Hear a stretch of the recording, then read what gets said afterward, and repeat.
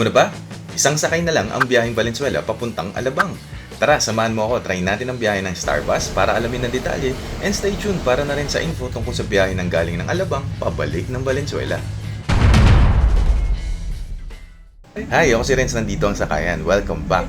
Kung bago ka lang sa channel, consider subscribing para updated ka sa mga biyahe going to and from Alabang. Shoutout din tayo sa ating mga viewers na sina Ekimski, RG Street TV, Aviation Spotter, at kay 361 Degrees sa pag-request nitong video. Salamat sa inyong suggestion!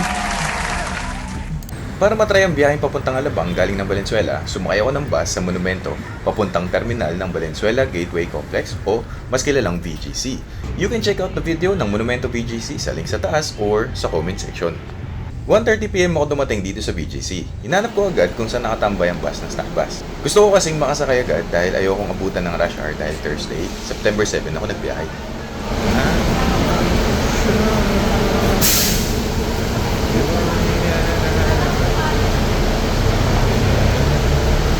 Ang bus natin for today's video ay Golden Dragon Bus number 864 ng Starbus Bus Company.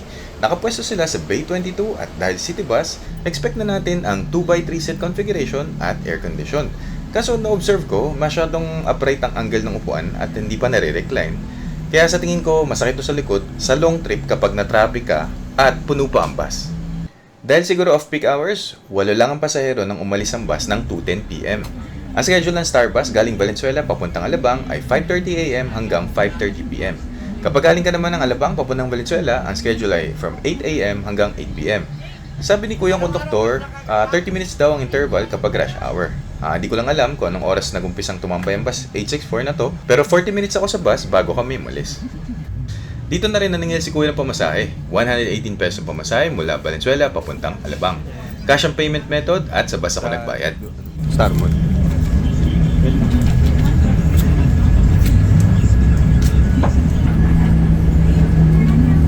After more than 5 minutes, pumasok na kami ng NLEX.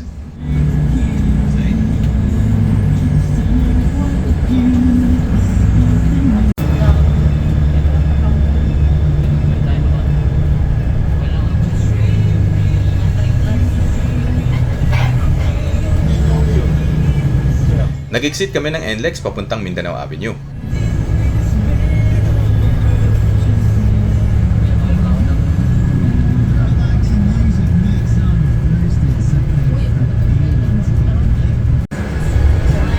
Then, kumaliwa sa Congressional, kaso moderate traffic ang dinatan namin dito.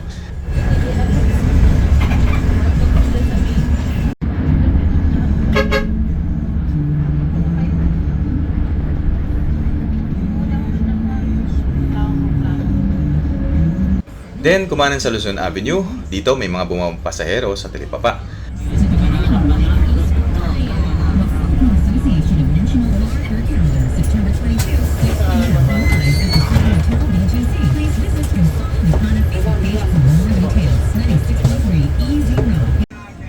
Bago makitang tulay along Luzon Avenue patawid sa kabilang kalsada, marami-rami rin ang sumakay na pasahero.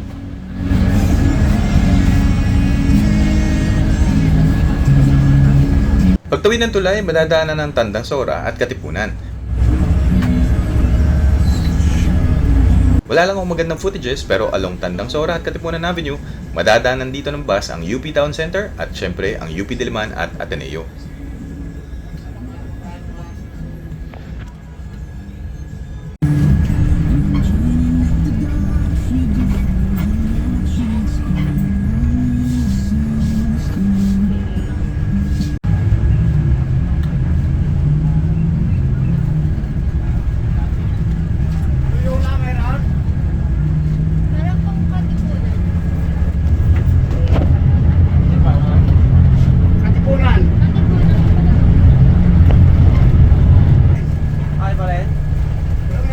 Along Katipunan, may dinaanan ng bus na tulay para marating ang E. Rodriguez Jr. Avenue.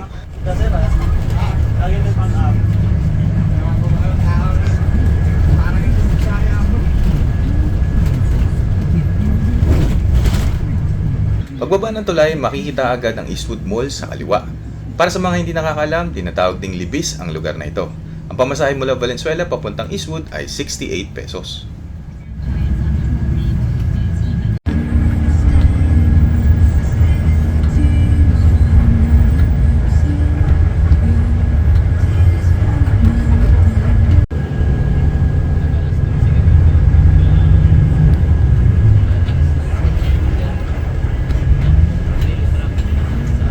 A few hundred meters along Iro Junior pa rin, madadaanan din ang SM Pasig at Tiendesitas.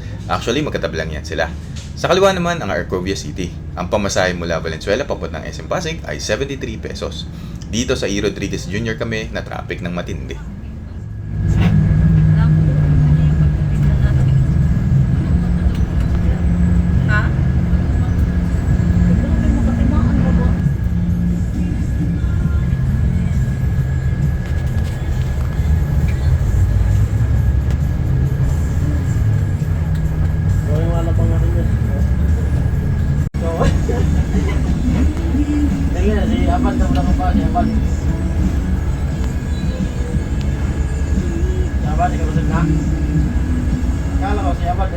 Paglagpas ng Ilog Pasig ay madadaanan naman ang Market along Carlos P. Garcia Avenue.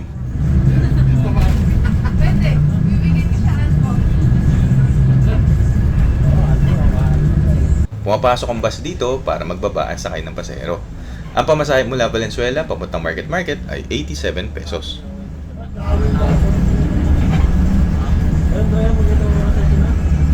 Nagbababa at sakay rin ang bus ng pasahero dito sa C5 na sakop ng Taguig.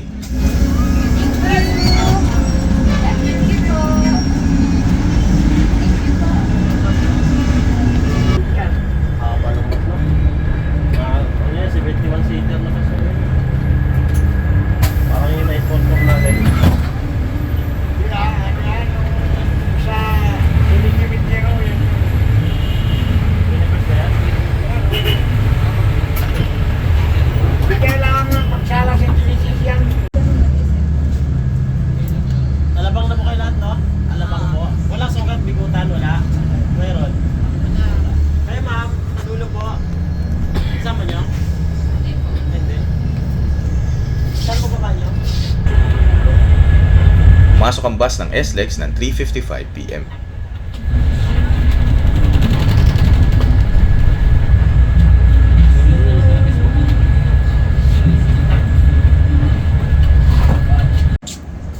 Nagbababa daw ang Starbus sa Bikutan at Sukat Exit. Pero sa ngayon, dahil at kaming mga natirang pasahero ay bababa ng Alabang, hindi na syempre nag-exit ang bus, kaya hindi ko yan mapapakita sa video. Ang pamasahe mula Valenzuela papuntang Bikutan ay 110 pesos, samantalang 111 naman sa Sukat. So, piso lang ang diferensya.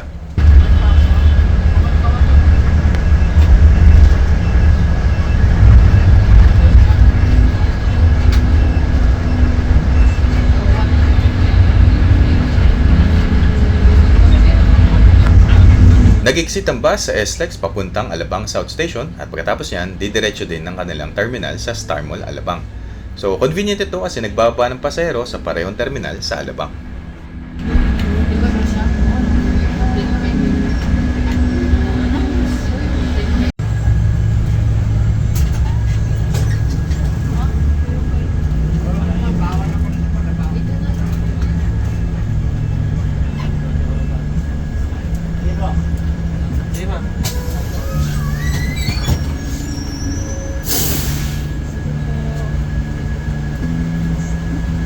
Dumating kami ng Alabang ng 4:15 PM. Bale, 2 hours ang biyahe on a Thursday.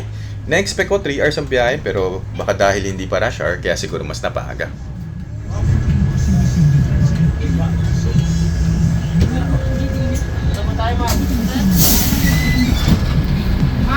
Yung all day na yung kasulat nandun.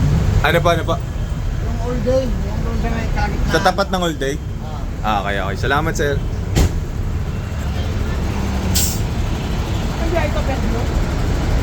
Share ko lang para naman sa mga galing ng Alabang, sa Star Mall Alabang ang kanila sakayan.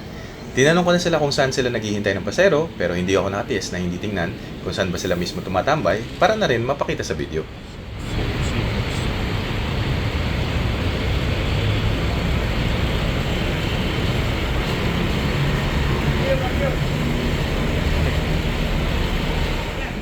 Dito ang sakayan ng Starbus sa tapat ng All Home, katabi ng mga biyaheng papuntang Fairview at Loton. Tungkol sa mga sakayan.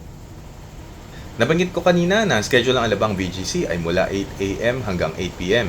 C5 ang dadaanan ng bus at madadaanan ng Market, Arcovia City, SM Pasig, Tiendesitas, Eastwood or Libis at Katipunan. Kung di ako nagkakamali, ito lang ang biyahe sa Alabang na dadaan ng Pasig at Libis. Sana nakatulong ang video at share mo to sa mga kilala mo dahil may biyahe na Starbus from Valenzuela to Alabang and vice versa. Thanks for watching!